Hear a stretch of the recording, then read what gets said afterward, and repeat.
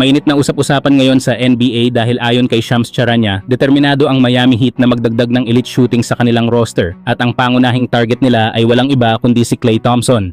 Ayon sa ulat, pinag-aaralan ng Miami ang dalawang posibleng paraan para makuha ang 36-year-old na 4-time NBA champion.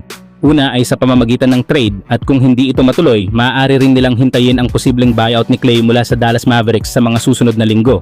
Bagamat hindi na siya ang dating Klay noong kasagsagan ng Warriors dynasty, nananatili pa rin siyang isa sa mga pinakamahusay na shooters sa liga. Noong nakaraang season kasama ang Dallas Mavericks, nagtala siya ng 11.7 points, 2.1 rebounds, 1.4 assists, habang tumitira ng 38.3% mula sa 3-point line sa 69 na laro. Posible ring maging available si Klay dahil sa direksyon ng Dallas Mavericks. Sa kasalukuyan, malinaw na nakatuon ang prangkisa sa pagbuo ng koponan sa paligid ng kanilang batang superstar na si Cooper Flagg.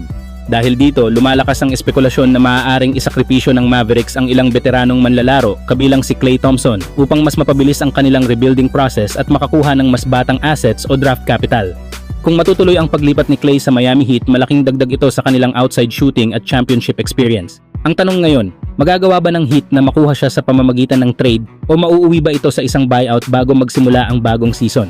Kayo mga idol, sa tingin nyo ba ay bagay si Klay Thompson sa Miami Heat or mas makakabuti kung manatili na lang siya sa Dallas Mavericks? Samantala, lumalabas na isa na namang malaking issue ang kinakaharap ng Denver Nuggets ngayong off-season.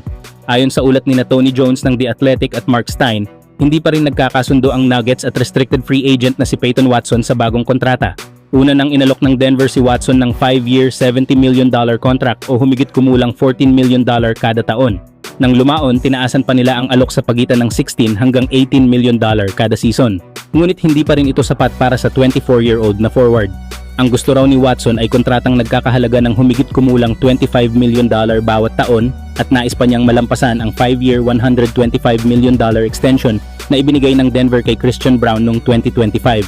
Kung pagbabatayan ang naging performance nila noong nakaraang season, may dahilan din ang kampo ni Watson para humingi ng mas malaking kontrata. Nag-average siya ng 14.3 points, 4.9 rebounds at 1.1 blocks habang tumitira ng 49% sa field at napakagandang 41% mula sa 3-point line. Samantala, si Christian Braun ay nagtala ng 12 points, 4.8 rebounds, 2.7 assists habang 30% lamang ang kanyang 3-point shooting. Dahil dito, maraming NBA insiders ang naniniwalang dapat bantayang mabuti ng Los Angeles Lakers ang sitwasyon ni Peyton Watson. Ayon sa ulat ni Shams Charania, bumaba na rin umano ang hinihingi ng Denver kapalit ng isang high-level player at isang first-round pick. Kung totoo ito, posible kayang pumasok ang Lakers sa usapan? Handa kaya silang isama si Cam Carr bilang bahagi ng trade package para makuha ang isang batang two-way wing na kilala sa kanyang elite defensive potential at patuloy pang umaangat ang laro? Kung makakagawa ang Lakers ng sapat na salary cap space sa pamamagitan ng iba pang galaw, si Peyton Watson ay maaaring maging isa sa pinakamahalagang piraso para sa kinabukasan ng koponan. Sa edad na 24, may kakayahan siyang maging malaking bahagi ng core ng Lakers kasama ni Luka Doncic at ng iba pang batang talento.